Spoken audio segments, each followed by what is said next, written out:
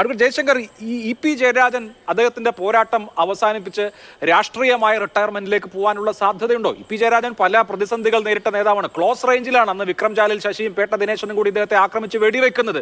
അന്ന് അദ്ദേഹം ജീവിതത്തിലേക്ക് തിരിച്ചു വന്നു, ഫൈറ്റ് ചെയ്തു. അതിനുശേഷം ഈ ജയകൃഷ്ണൻ മാഷൊക്കെ മരിക്കുന്ന ആ സംഘർഷകാലത്ത് തുടർച്ചയായി ഇ.പി. ജയരാജനെതിരെ ബോംബേർ ഉണ്ടാകുന്നു. കാറിന്റെ മുകളിൽ ബോംബ് വീണ് പൊട്ടാതിരുന്ന സംഭവം പോലും ഉണ്ടായിട്ടുണ്ട്. തുടർച്ചയായ 2 വർഷങ്ങളിൽ ജില്ലാ സെക്രട്ടറി ആയിരിക്കുമ്പോൾ അങ്ങനെ ഫൈറ്റ് ചെയ്ത് വന്ന ഒരു നേതാവ് പാർട്ടിക്കകത്തെ ഈഗോ പ്രശ്നങ്ങളിൽ മനമെടുത്ത് രാഷ്ട്രീയമായി റിട്ടയർ ചെയ്യാൻ സാധ്യതയുണ്ടോ?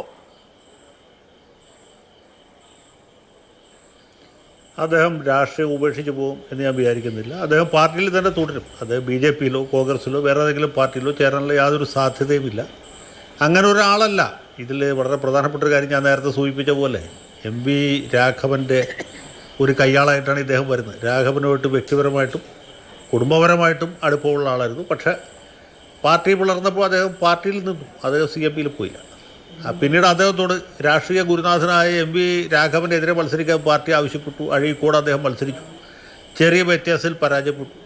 പിന്നീട് ഇദ്ദേഹം VS അച്യുതാനന്ദൻ്റെ ഗ്രൂപ്പുകാരനായിരുന്നു. നമ്മൾ കാണുന്നത് പിണറായി ഗ്രൂപ്പുകാരനായ ഒരു ജയരാജനേ ഉള്ളൂ. അല്ല, അദ്ദേഹം നമ്മുടെ VSൻ്റെ ഗ്രൂപ്പുകാരനായിരുന്നു. മാത്രമല്ല, ഇദ്ദേഹം വളരെയധികം പണം ചെലവഴിച്ച് ഒരു വീട് പണിഞ്ഞു എന്ന ആക്ഷേപം ഉണ്ടായപ്പോൾ VS തന്നെ കണ്ണൂർ ചെന്നിട്ട് ജയരാജനെ ന്യായീകരിച്ച് സംസാരിച്ചു. 25 ലക്ഷം രൂപയൊന്നും ഇന്നത്തെ കാലത്ത് അത്ര വലിയ സംഖ്യയൊന്നുമല്ല, സാമാന്യം നല്ലൊരു വീട് പണിയണമെങ്കിൽ അത്രയും രൂപയൊക്കെ ആവശ്യമുണ്ട് എന്ന് പറഞ്ഞ് ജയരാജനെ ശുദ്ധീകരിച്ച ആളും കൂടിയാണ് VS. പിന്നെയാണ് അദ്ദേഹം പിണറായിയുടെ ഒരു കയ്യാളായിട്ട് മാറി സമീപകാലത്താണ്.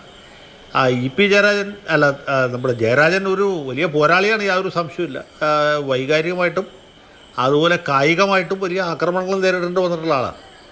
അദ്ദേഹം അങ്ങനെ പോരാട്ടം അവസാനിപ്പിക്കുകയോ അല്ലെങ്കിൽ വിട്ടുവീഴ്ച ചെയ്യുകയോ ചെയ്യുമെന്ന് ഞാൻ വിചാരിക്കുന്നില്ല. അതിൻ്റെ അർത്ഥം ഇവിടെ ഗോപാലകൃഷ്ണൻ പറഞ്ഞ പോലെ ഇനി ഇതിൻ്റെ അത് ഗ്രൂപ്പ് ഉണ്ടാക്കിയിട്ട് പാർട്ടിയെ തകർക്കാൻ ശ്രമിക്കുകയോ അല്ലെങ്കിൽ പാർട്ടിയെ ദുർബലപ്പെടുത്താൻ ശ്രമിക്കുകയോ ചെയ്യും എന്നുള്ളതല്ല. കണ്ണൂർ പാർട്ടിക്കകത്ത് നമുക്കറിയാം, ഇതിൻ്റെ അകത്ത് പല ഒറ്റക്കേൾവിയിൽ എല്ലാവരും പിണറായി ഗ്രൂപ്പുകാരാണ്, അല്ലെങ്കിൽ ഇപ്പോൾ പാർട്ടിക്കകത്ത് വിഭാഗീയത ഇല്ല എന്ന് പറയുമ്പോഴും പല നേതാക്കന്മാരും തമ്മിൽ ആന്തരികമായ ചില സ്പർദ്ധകൾ നിലനിൽക്കുന്നുണ്ട്. ഇവിടെ ഗോപാലകൃഷ്ണൻ സൂചിപ്പിച്ച പോലെ പി. ജയരാജനെ വടകരയിൽ നിർത്തിയത് ഒരു കാരണവശാലും അദ്ദേഹത്തിന് നന്നാക്കണമെന്നുള്ള ഉദ്ദേശമുണ്ടല്ല. കാരണം CB ചന്ദ്രബാബു ആലപ്പുഴയിൽ മത്സരിക്കുമ്പോൾ അദ്ദേഹത്തിൻ്റെ താൽക്കാലികമായിട്ടാണ് ജില്ലാ സെക്രട്ടറി സ്ഥാനത്ത് നിന്ന് മാറ്റിയത്.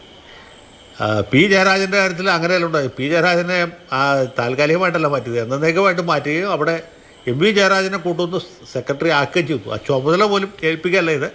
മുഖ്യമന്ത്രിയുടെ സെക്രട്ടറി ആയിരുന്ന M.V. ജയരാജൻ ആ ജോലി രാജിവെച്ച്, സർക്കാർ ജോലി രാജിവെച്ച് കണ്ണൂരിൽ വന്ന് ജില്ലാ സെക്രട്ടറി അവിടെ ചെയ്തു. അപ്പോൾ പി. ജയരാജനെ മാറ്റുക എന്നുള്ളതായിരുന്നു പ്രാഥമികമായ ലക്ഷ്യം. പി. ജയരാജൻ പാർലമെൻറ്റിൽ പോയിട്ട് എന്ത് ചെയ്യണമെന്നുള്ള ചോദ്യം വേറെ. പി. ജയരാജൻ തോറ്റുപോവുകയും ചെയ്തു.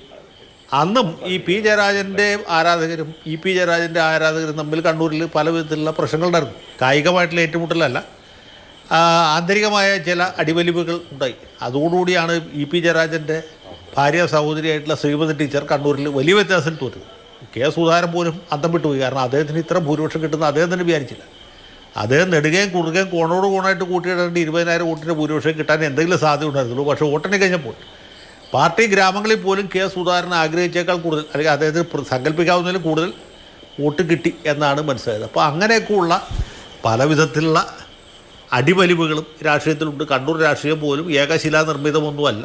വരും ദിവസങ്ങളിൽ എന്ത് സംഭവിക്കും നമുക്ക് കാത്തിരുന്ന് കാണാം. ഇത് ഇ.പി. ജയരാജൻ ഇതോടുകൂടി അസ്തമിച്ചു പോയെന്നോ അദ്ദേഹം അവസാനിച്ചു എന്നോ ഒന്നും പറഞ്ഞതിൽ കാര്യമില്ല. അതേസമയത്ത് അദ്ദേഹം പാർട്ടിയെ ദുർബലമാക്കിക്കൊണ്ട് മറ്റേതെങ്കിലും കൂടുതൽ പറന്നു പോകും എന്നും വിചാരിക്കാൻ ന്യായമില്ല.